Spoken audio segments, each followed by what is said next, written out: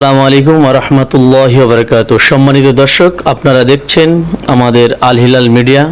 আমরা এই মুহূর্তে পৌঁছে গেছি পৃথিবীর মানচিত্রে বাংলাদেশ নামক একটা দেশ।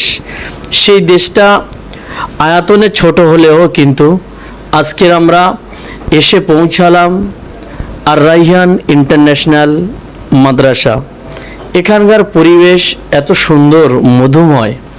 এখানে এসে আমরা টোটাল ক্যাম্পাসগুলো কিন্তু ভিজিট করলাম।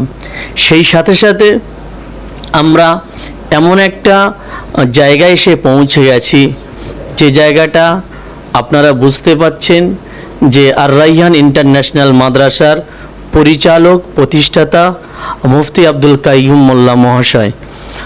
অ্যাট ফার্স্ট আপনাকে স্বাগত আমাদের আল হিলাল মিডিয়ায়। আসসালামু আলাইকুম রহমতুল্লাহি ওয়া বারাকাতুহু। আলহামদুলিল্লাহ সুম্মা আলহামদুলিল্লাহ। দেশের গণ্ডি পেরিয়ে ভারতবর্ষের কলকাতা থেকে আল হিলাল মিডিয়ার পক্ষ থেকে আপনি এসেছেন। এই ভিডিও যারা দেখবে তাদেরকে সহ আপনাকে আন্তরিক মোবারকবাদ বাংলাদেশের পক্ষ থেকে জানাই, এবং আপনাদেরকে সুস্বাগতম জানাচ্ছি বাংলাদেশে।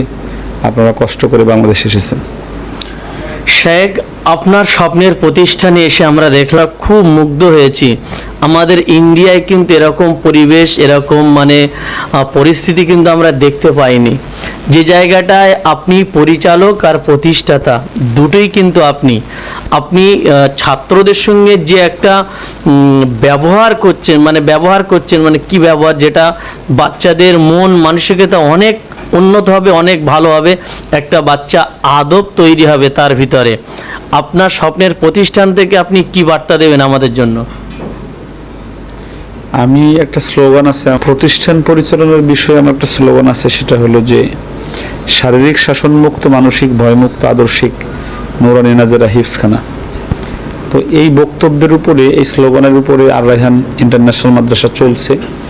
আর সেটার ফলাফল বা সেটার যে সামগ্রিক যে বিষয়টা, এটা আপনাদের চোখে হয়তো কিছুটা দেখেছেন। আমি এ বিষয়ে রাসূলুল্লাহ সাল্লাল্লাহু আলাইহি ওয়াসাল্লামের একটা উদ্ধৃতি আমি টানতে পারি। সেটা হলো, রাসূলুল্লাহ বলেছেন যে বইস্তু লিউতিমিয়া মাকারিমাল আখলাক। রাসূলুল্লাহ বলেন যে আমাকে উত্তম চরিত্রের পূর্ণতা দান করার জন্য এই পৃথিবীতে পাঠিয়েছেন। তো সেখানে দেখা যায় যে রাসূলুল্লাহ সাল্লাল্লাহু আলাইহি ওয়াসাল্লাম লক্ষাধিক সাহাবী ছিলেন ওনার, যাদেরকে ছাত্র বলা যায়। তো লক্ষাধিক সাহাবীর সঙ্গে রাসূলুল্লাহ শিখাতে যে কেমন আচরণ করেছেন, কেমন কথা বলেছেন, বাচ্চাদের সঙ্গে রাসূলুল্লাহর আচরণ কেমন ছিল, এই বিষয়গুলো আমরা হাদিসের কিতাবে আমরা পাই। তো অতটুক যদি আমরা অনুসরণ করতে পারি যে রাসূলুল্লাহ বাচ্চাদের সঙ্গে কেমন আচরণ করেছেন আর কেমন কথা বলতে বলেছেন, রাসূলুল্লাহর জীবনের 63 বছর জীবনে উনি কেমন কথা বলেছেন, ওই কথাগুলো যদি আমরা বলতে পারি বাচ্চাদের সাথে, যেমন ওয়াগদুদ মিন সাউতিক, রাসূল আল্লাহ রাব্বুল আলামিন বলেন কোরআনের এক জায়গায় যে তোমরা কণ্ঠস্বর নিচু করে কথা বলো। আমরা যদি বাচ্চাদের সঙ্গে কণ্ঠস্বর নিচু করে মিষ্টি ভাষায় কথা বলতে পারি, আমার কাছে মনে হয় না যে কোনো প্রতিষ্ঠান কখনো পিছনে যাবে।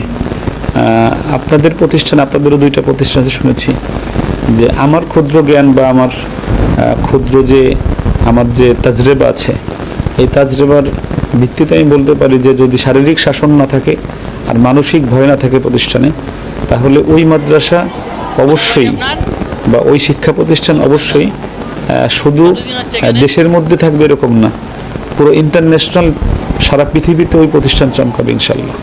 শেখ, আর একটা জিনিস আমরা দেখলাম এখানে, যে আপনি হিফজ করার পাশাপাশি ইংলিশে পারদর্শী করাচ্ছেন প্রত্যেকটা ছাত্রকে। আপনার মূলত কি চিন্তা ভাবনা, আপনি কেন এমনটাই করাচ্ছেন? ইংলিশের বিষয়টা আমি এমনি অত না, হালকা একটু বাচ্চাদেরকে ধারণা দিচ্ছি। ভালো ইন্টারন্যাশনাল হাফেজ বানাবে আবার সাথে ভালো ইংলিশ পড়াবে, এটা সম্ভব না।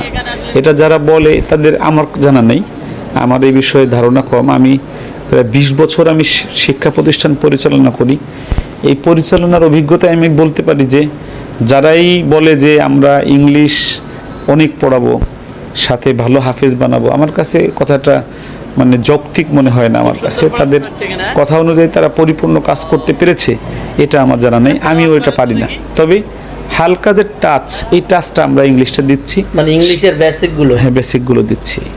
আর একটা জিনিস আমরা দেখলাম, আমাদের ভারতের দুটো ছাত্র আমাদের কাছে কিন্তু তারা আসলেন, আসার পরে কিন্তু একটা স্টুডেন্ট মানে ছাত্র কিন্তু ইংলিশে তার বায়োডাটা এভরিথিং খুব সুন্দরভাবে কিন্তু বায়ানটা রাখলেন আমাদের সম্মুখে। আমরা খুব আনন্দিত হলাম যে ছোট্ট একটা বাচ্চা কিভাবে এতগুলো মানে শেখাশেখি করলেন আপনার স্বপ্নের প্রতিষ্ঠান থেকে। তা আপনি কি বার্তা দেবেন ভারত থেকে যে সমস্ত ছাত্ররা ভর্তি হতে আসবে এখানে, তাদের জন্য কি বার্তা দেবেন? আপনাদের ইন্ডিয়ান 27 জন ছাত্রছাত্রী এখন আমাদের এখানে আছে, ত্রিপুরার, আসামের, তারপরে বনগাঁর, তার মালদা, মুর্শিদাবাদ, নদিয়া, তারপরে উত্তর 24 পরগনা, কলকাতা, এই সকল প্রদেশের ছাত্র অলরেডি আর এখানে আছে আলহামদুলিল্লাহ।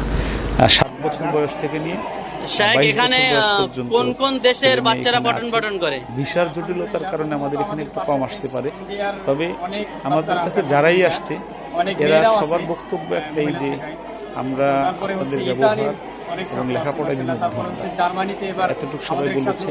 আর যারা সামনে আসতে চায় তাদের জন্য আমার কথা একটাই যে আমি আল্লাহওয়ালা বানাতে চাই, সাথে একজন মানুষ যেন মানুষের কাছে হাত পেতে না চলতে হয়, এতটুকু শিক্ষা আমি দিতে পারবো ইনশাল্লাহ।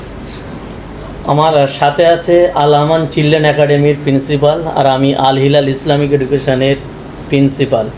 আমরা দুজন কিন্তু আপনার শিক্ষা প্রতিষ্ঠানে এসেছি আপনাদের মানে যে সমস্ত ছাত্ররা এত সুন্দরভাবে পঠন পাঠন করছে বা এখানকার যে সমস্ত ব্যবহার শিক্ষক থেকে শুরু করে ইভেন আপনি, যেটা আমরা সচক্ষে দেখলাম আমাদের